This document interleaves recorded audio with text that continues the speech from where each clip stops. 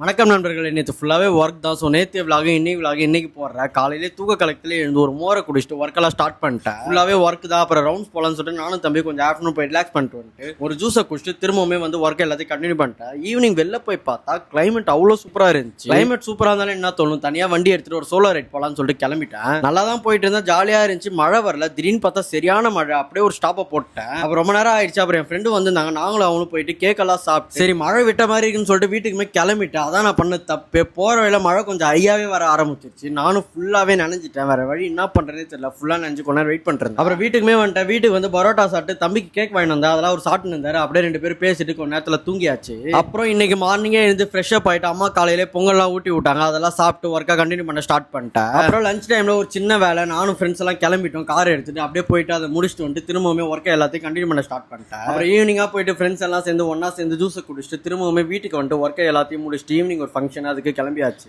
அப்புறம் இன்னைக்கு நான் சென்னைக்கு கிளம்புறேன். ஏன்னா செமஸ்டர் எக்ஸாம் வர புதுசு. சென்னை கிளம்பணும். ட்ரெஸ் எல்லாத்தையும் பேக் பண்ணி வச்சுட்டு அப்படியே ஃபங்க்ஷனுமே கிளம்பிட்டேன். ஃபங்க்ஷன் போயிட்டு ஃபங்க்ஷன்லாம் அட்டன் பண்ணி முடிச்சுட்டு பஸ் ஏறி சென்னைக்குமே கிளம்பியாச்சு. அப்படியே சென்னை கொஞ்ச நேரத்தில் ரீச் ஆயிட்டா. அப்புறம் வீட்டுக்கு வந்து ரொம்ப டயர்டு, அப்படியே தூங்கிட்டேன். Good night.